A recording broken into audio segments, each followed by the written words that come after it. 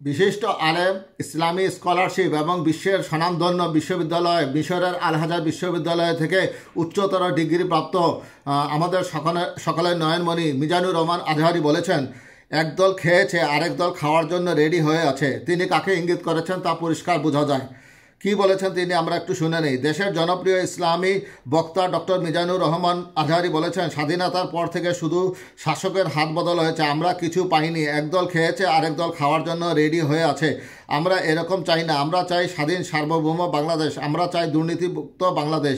শুক্রবার ৩রা জানুয়ারি রাতে যশোরে ৩ দিনব্যাপী তাফসিরুল কোরআন মাহফিলে প্রধান অতিথি হিসেবে তিনি এসব কথা বলেন। এ সময় তিনি আরও বলেন, বাংলাদেশ দুর্নীতির আখড়াখানা। গত 15 বছরে উন্নয়নের নামে প্রায় 3.25 লাখ কোটি টাকা লুটপাট হয়েছে। লুটপাট করতে করতে এদেশের মানুষকে ফুটপাতে বসিয়ে দেওয়া হয়েছে। ডক্টর মিজানুর রহমান আজহারি বলেন, ইসলাম নিয়ে আমাদের জীবন ও পরিবারকে সাজাতে হবে। কোরআন থেকে প্রেসক্রিপশন না নিলে জীবন সুন্দর হবে না, সমাজ ও রাষ্ট্র সুন্দর হবে না। কোরআনের প্রেসক্রিপশন অ্যাপ্লাই না করলে শুধু দুর্নীতি দমন কমিশন দিয়ে দুর্নীতি বন্ধ করা যাবে না। এর জন্য কোরআনের আইন চাই। সরকার যেন মানব সম্পদ উন্নয়নে যত্নশীল হয়। আল্লাহ যাকে যে যোগ্যতা দিয়েছেন সে যেন তা দিয়ে ইসলামের জন্য, দেশের জন্য কাজ করি, সেই প্রচেষ্টা চালানোর জন্য দোয়া করি। তিনি আরও বলেন, বাংলাদেশের আসল পরিচয় ইসলাম। এদেশের সংসদ, বঙ্গভবন, সরকারি অফিসে কলেমার পতাকা উঠুক, আমরা চাই। আজহারি বলেন, মানুষ চাইলে বিশ্ব জয় করতে পারে, মানুষকে কেউ হারাতে পারে না। আল্লাহ আমাদেরকে জনসংখ্যা দিয়েছেন। এই জনসংখ্যা অনেক বড় সম্পদ। এটা আমাদের জন্য অভিশাপ না, এটা আশীর্বাদ। আমাদের জনসংখ্যাকে যদি আমরা জনশক্তিতে রূপান্তরিত করতে পারি, আজকে বাংলাদেশ যে অবস্থানে আছে তার চেয়ে 20 গুণ বেশি উন্নতির শিখরে চলে যাবে। তিনি আরও বলেন, মানব সম্পদের উন্নয়ন করতে হবে।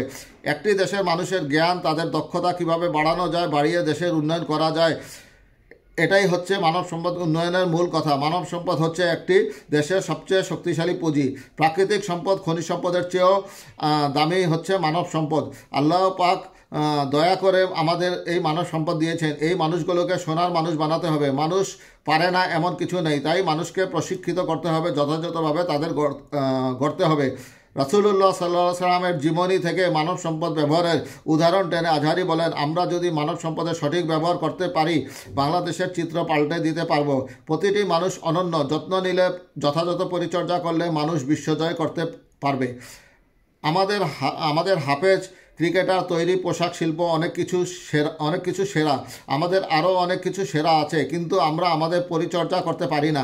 মানুষের অসীম সম্ভাবনাকে কাজে লাগাতে হবে। ডক্টর মিজানুর রহমান বলেন, আমি ইউনূস সরকারকে বলবো, অল্প সময়ের জন্য আপনারা এসেছেন, সংস্কারও করতে হবে, আপনার নির্বাচন করতে হবে। সব সংস্কার হয়তো করতে পারবেন না, যতটুকু পারবেন এর মধ্যে আমাদের যে হিউজ ম্যান পাওয়ার, মানব সম্পদ, এটাকে ডেভেলপমেন্ট করে যেতে হবে। আপনারা যেটা পারবেন না সেটাকে পরবর্তী নির্বাচিত গভর্নমেন্টের কাছে রেখে যেতে হবে। প্রবাসী শ্রমিকদের ব্যাপারে আজহারি বলেন, আমাদের শ্রমিকরা বিদেশে কাজ করে, তাদের ব্যাপারে গুরুত্ব দিতে হবে। আমাদের শ্রমিকদের শ্রমের দাম সবচেয়ে বেশি। তারা এম্বাসিতে গুরুত্ব পায় না, এয়ারপোর্টে গুরুত্ব পায় না। এই সরকার অবশ্য তাদেরকে অনেক গুরুত্ব দিচ্ছে।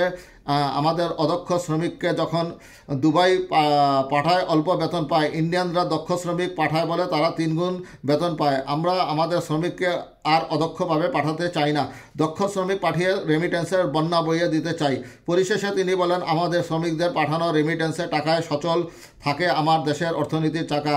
তাদের সবচেয়ে বেশি গুরুত্ব দিতে হবে। আমরা পেয়েছিলাম ফ্রিডম ফাইটার, মুক্তিযোদ্ধা, আর আমার প্রবাসী ভাইয়েরা হচ্ছে রেমিটেন্স ফাইটার। আমাদের এই জনশক্তিকে জনসম্পদে রূপান্তরিত করতে হবে। সরকার ও অভিভাবককে সন্তানদেরকে যার যার যোগ্যতা অনুযায়ী গড়ে তুলতে হবে। তাহলে আমাদের এই জনসংখ্যা জনসম্পদে রূপান্তরিত হবে। আমাদের সরকারের তত্ত্বাবধানে 18 কোটি জনগণ দক্ষ জনশক্তিতে রূপান্তরিত হোক, এটাই আমরা চাই।